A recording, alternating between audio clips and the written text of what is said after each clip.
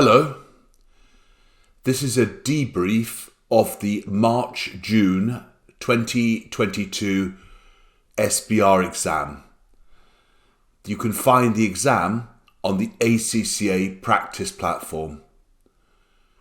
You'll need to look at each question before you watch and listen to the debrief. This is a debrief of question 1, question called Luna.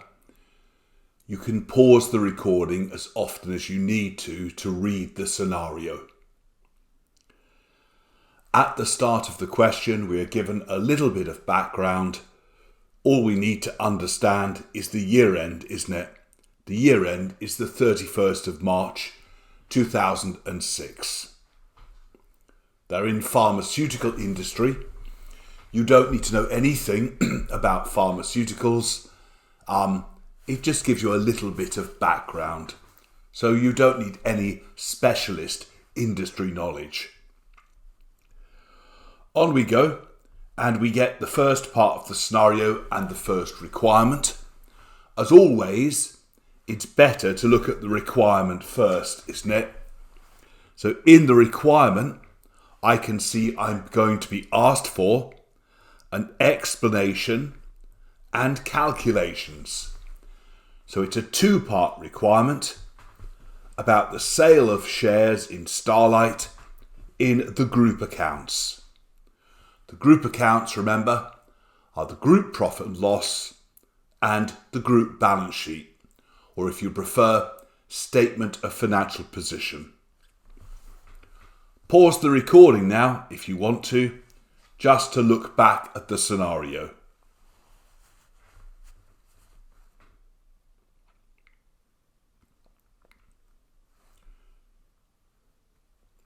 So we understand from looking at the scenario that originally this was an 80% company. Later, they're selling 10%, so it's going down from 80 to 70. We're told about the original goodwill. We're told about the method of valuing NCI. We're told about a fair value adjustment years ago, which was on land, which always makes life easier, doesn't it? Because it doesn't depreciate. And we're told a little bit about the proceeds, which was $7 a share, and also retained earnings. Retained earnings, the 4658, remember, is at the start of this year, And then we're told about the profit during the year. This particular change, remember, is taking place in January. So we own 80% for 9/12 of the year and 70% for 3/12 of the year. We can see then that this is a situation where you do not cross the control threshold. There's nothing in the P&L special, nothing in the balance sheet special, no profit on disposal, I mean. But what you do get is an adjustment in the statement of changes in equity. And that adjustment is the difference, isn't it, between the proceeds and the change in the NCI. So for explanation, the points that I would make are that 80% to 70% means that we are not crossing the control threshold, that we shall be consolidating the company for the whole year in the profit and loss, but the figure that will need time apportioning is NCI. We'll see that in the next requirement, because the NCI in the first part of the year is 20% and the NCI in the rest of the year is 30%. Important that you point out that because we do not cross the control threshold, we don't have a profit on sale in the P&L and we don't have a profit on sale in OCI. Any adjustment is in the statement of changes in equity.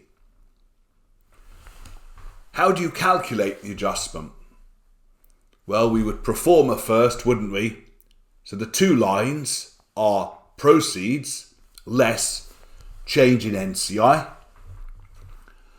The proceeds are very easy because you're selling 100,000 shares, aren't you, for $7.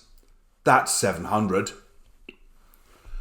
With the change in the NCI, I sometimes think there is not a lot of consistency in the way that companies work this out, or past questions work it out, or tutors work it out. And if you look at the examiner answer, they are saying there, or hinting, I think, that there's probably more than one way to sort it out. So I'm going to stick with what they've done in the answer, which is probably what I would have done, but you should not be wasting a lot of time on this. I know that the subsidiary, like all subsidiaries, will be in the books at net assets plus goodwill. So if you look at my working here, I've got the net assets and the goodwill. The net assets are the share capital, retained earnings, and the fair value adjustment on the land. The retained earnings brought forward, we were told, was 4658.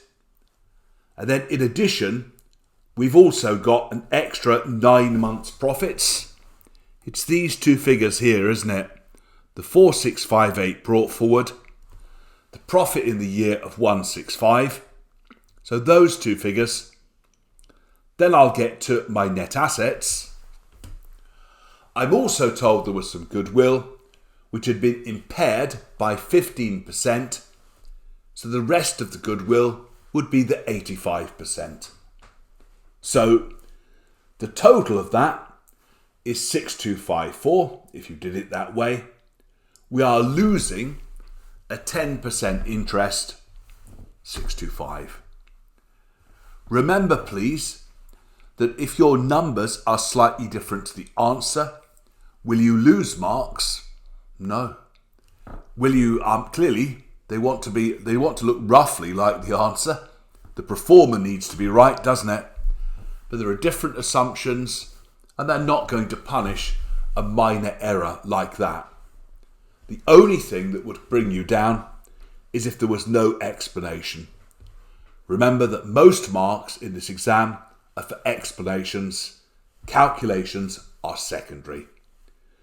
So I think I've got an adjustment in the statement of changes in equity of 75. Now let's move on to requirement A2 and then A3. A2 is asking us to think about the sale of goods, again, from one company to another, in the individual accounts of the selling company. Secondly, to say is what the company is doing currently correct? And you know from practicing these questions, it probably isn't. So, what standard are we being asked about? Revenue recognition. Do we get a bonus mark for identifying the standard number? Of course not. So don't worry about that. What we will want are the relevant rules. You know the revenue recognition model, don't you? We need to think about, again, the contract, the price, the performance obligations, allocating the price to the obligations, and recognising revenue as control passes. You probably also know the examiner has said that they will get very cross if you write out the whole model. We'll just have to think about which parts are relevant. So now if you want to or need to, pause the recording and look through the scenario, which starts with the words of the 20th of March X6.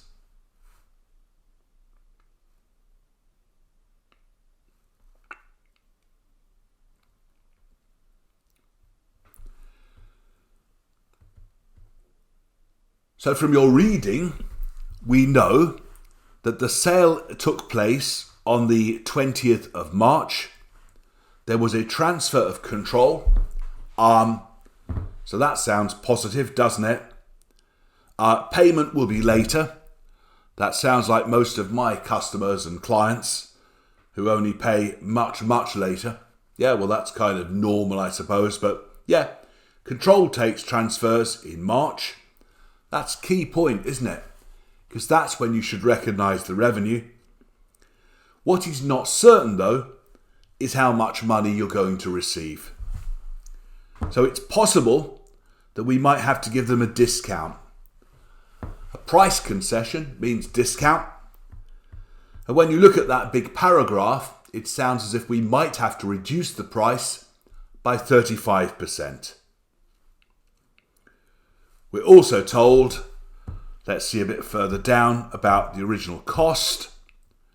We're told about the selling price. We're told about the inventory value. That's in the buyer, isn't it? And then some extracts from the accounts. But really, for requirement A2, I think our focus is up here, isn't it? It's on this part of the scenario. So, step 1, revenue recognition model. Is there a contract? Not worth talking about. Performance obligations. No, not worth talking about. Step 3, though, yes, the price is important. We need to explain variable consideration. Step 5 would be important as well, because we transfer control. That's the date we book the sale. So I think it's probably about step 3 and step 5. Again, you don't have to identify them as step numbers. It's just probably where they are in your notes. So here I am. Date control is transferred is March. You can't argue with that. So that is the date the performance obligation is satisfied. That's the date the sale should be booked. So booking the sale, they've done, and that's correct. However, the consideration is variable. It's very hard, isn't it, learning the rule that you've seen where it says you can book revenue to the extent that it's likely it will not reverse. I mean, the key thing, isn't it, is just say, look, what's the most likely situation? Realistically, we're not going to get 35%, so therefore we ought to reduce the revenue by 35%. Now please, that's not some kind of later adjustment, later expense in the profit and loss. We're simply saying the revenue should be booked at 65 instead of booking at 100 or whatever the ratio is. So if you took simpler numbers, I'm selling you something, I could sell it to you for 5, I only sell it to you for 4, then I should book the sale as 4. The missing, the 1, the 35%, whatever you want to call it, isn't some kind of bad debt. So therefore, their treatment is incorrect. They should reduce the revenue they're booking by 35%. In the second requirement, or the last bit of this one, it then asks us for extracts from the profit and loss. 3 extracts: revenue, cost of sales, and profit for NCI. Revenue and cost of sales are easy to understand. Profit in NCI, when you did financial reporting, that's the bit that you used to do at the bottom of the profit and loss when you would say profit attributable to group and NCI. The group bit was like a balancing figure, wasn't it? So that's tougher, but we're looking for 3 numbers in the accounts. So whatever you do, pro forma first, nice simple pro forma. You may not agree with my numbers, but there's my pro forma, ready for marking, and that can then be supported by the workings. Revenue will be the parent plus the sub less the intercompany. We know those intercompany sales as recorded here in the draft accounts are 5,000 units at 200. So within these numbers, there's 1 million, which is intercompany. So I need to reverse that out. There we are. Revenue. So parent, sub, less the intercompany. How have I got to that 1 million? Look back up top here, look at the scenario. It's just highlighting in yellow. It's 5,000 at 200. You can also see it down here, can't you? Because it's down at cost in the books of the sub, 1 million, which makes sense. So it's that 1 million needs to come out of revenue. You do exactly the same with cost of sales. You need to take out the purchases. So when you look at these two yellow things, again, you're really, in the group accounts, you're debiting sales, crediting purchases. By the way, did they want you to write journals? No. Will they be impressed if you write them? No. No one asked for them. In addition, finally though, you've also got the unrealised profit. Just a regular stock profit. Each item we know was being sold at 200. The original cost was 80, so the profit would have been 120. 200 minus 80 is 120. 120 times 5 million, 5,000, isn't it? 120 times 5,000. There's your unrealised profit. Remember, that's a debit. There it is. So there it is being added back on £120 times 50 units. So being added, is it 500 units? But you know what I mean anyway. So being added on. So with the unrealised profit, remember you reduce the inventory in the balance sheet and you increase cost of sales in the P&L. If you're rusty on unrealised profits, you might need to look back at your financial reporting notes. Finally, profit attributable to NCI. Of the subsidiary's profit, how much belongs with the NCI? This takes us back to the first part of the question. We know that there's a 20% NCI for part of the year and a 30% for the rest of the year. For the first 9 months, it's 20%. For the last 3 months, it's 30%. So here's my NCI working. The profit of 165. Let's just see that we can see that again. It's this 165 here, isn't it? 165. It is somewhere. Sometimes I just lose sight of things. It's in the scenario back up here. There it is. The profit for the year, 165, just highlighting in green. First 9 months, NCI is 20%. Last 3 months, NCI is 30%. So here's my working back down here. There we go. And I happen to end up with 37. So that's the second and third requirements.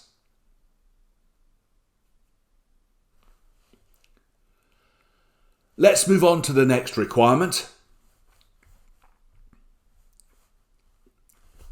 ROCE, or ROCE, or however you want to say it. We're being asked to discuss or explain something and do some calculations for two things: the investment in ROCE and the sale of the property in the group accounts. So 2 explanations, probably 2 calculations. They will try to be your friend in the exam. So when you can see 2 requirements, if I call them A and B, you have to be a bit flexible, but probably this is all about A, isn't it? and this is all about B. You have to be a bit flexible again when you read, but generally things are presented in the right order. So if you need to, please pause the recording and read the scenario. Sometimes you have to step back and say, where are we? If I look right back at the start of this question, I think the year end is the 31st of March 06.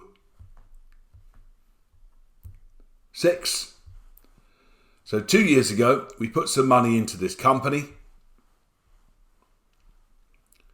There we go. Someone else joined with us. We put 6 million in. And then we've got a 50% holding. Fine. We're told about the profits, dividends paid out. Now, we know it's that joint word, don't we? But don't jump too fast ahead. Anytime you talk about joint, you always want a sentence saying, is it a joint arrangement or not? And then having decided that it's a joint arrangement, then is it a joint operation or a joint venture? 2 sentences. Then your third sentence can say it's equity accounting. It's described here as a joint arrangement and a joint venture, and we know there's a new company. So the work's been done, but I would still spell things out as you put your little bit of explanation down for this first part of the question. So it's described as a joint arrangement. If it hadn't been, I would have used words like equal decision making, joint control, each party has the right of veto, and so on. It does say it's a company, so it's a joint venture, so we'd use equity accounting. Now we can do my calculation. You know pro forma first. Equity accounting is cost plus share of post-acquisition profits. The cost was 6 million. Post-acquisition profits, we've got some P&L numbers here, a dividend numbers here. Dividends will reduce those post-ac profits because you're looking at the balance sheet perspective. So in the balance sheet, again, it'll be the retained profits, Be careful with the dividend because each investor got 15, so total dividends paid out were 30. So here's my calculation. Cost is 6 million. I've added together the 2 profit figures, deducted the total dividends. You could present it differently if you want to get to the same number, it's fine. But I thought that was efficient. I can see my share of post-ac profits is 85. So the balance sheet carrying amount would be 6085. So I've explained the joint venture and the accounting. They then want you to think about the property sale, and I'm afraid this is a trick question. It's a trick question, I've seen it a few times before. Just look back here at this situation.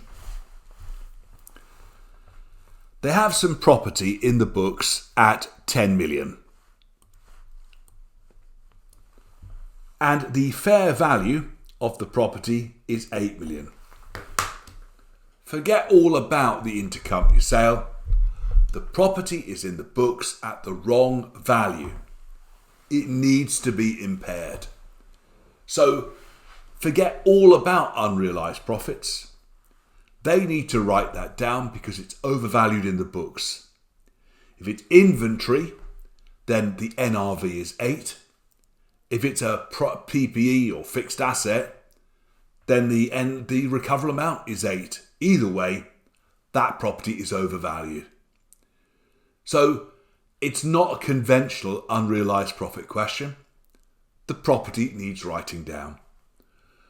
Once they've written it down, I suppose they'll just transfer it at the book value of 8, or that's what they should be doing.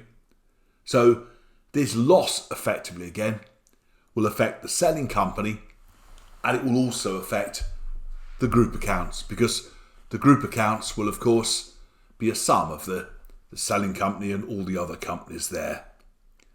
So here we are. The fair value is 8. The property must be impaired by 2. That will reduce the parent and the, I seem to have put consolidated profits. I'm sure you'll forgive me. I think we mean consolidated profits. On to the next part of the question now. Requirement C. Another 2-part question. Is something a business combination? And can you put a team of scientists as a separate identifiable asset? Okay, if you need to, pause the recording and read through the scenario again.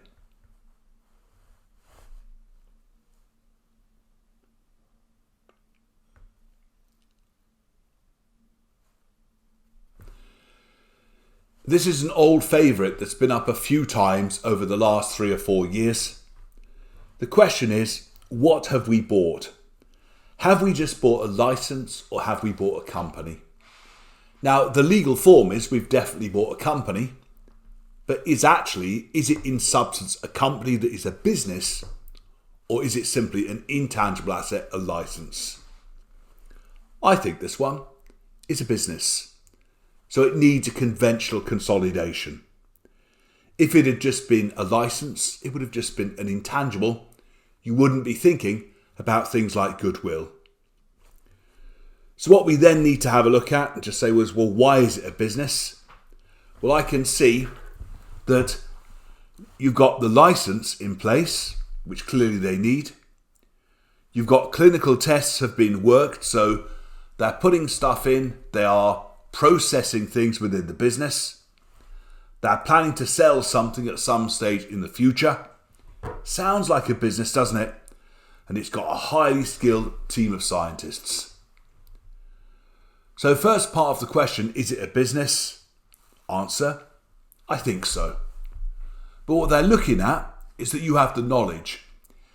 If your conclusion is different, no one is terribly excited. It's your knowledge that matters. Now, from the standard, a business means there are inputs and a process. You can see the input, the great brains of the scientists working away. The process, again as they generate this new knowledge. Process and staff are umbilically connected, like mummy and baby. The standard says if there was only one asset, it might not be a business, but there isn't just one asset, is there? Because you've got the R&D, so development costs. So it looks like a business. So we do conventional group accounts with goodwill. The other question, can we capitalise somehow separately, again, this cost that relates to the scientists? Now, I know when you buy a football player with a 3-year licence, again, or 3-year agreement or something, companies do capitalise those as a separable intangible. I think this is probably a bit different. It's a team of scientists, and it comes back to the control thing, doesn't it? So can you actually force them to stay? Can you lock them in the laboratory? Sounds like something wicked from a James Bond film, doesn't it? I don't think so. I think they could walk out the door the next day. So I'm not sure that you can capitalise those. Either way, identifiable says, please give me some knowledge about the standard on intangible assets. Here we are. So intangible assets, please don't say intangible assets are not tangible. That's just silly, isn't it? But IS 38 says they're identifiable. Make sure you know this basic definition. Identifiable means separable or giving legal or contractual rights. Well, can you separately sell them on? Do you want to buy a scientist? It's not like selling on a footballer quite, is it? No. Have you got legal rights over them? They're not slaves. No. So therefore, it's like you can't recognise them as a separable intangible. So the total money that you pay for the business, I suppose some will be allocated to the license, some to the R&D, and the rest will be goodwill. That's the end of this debrief on question 1.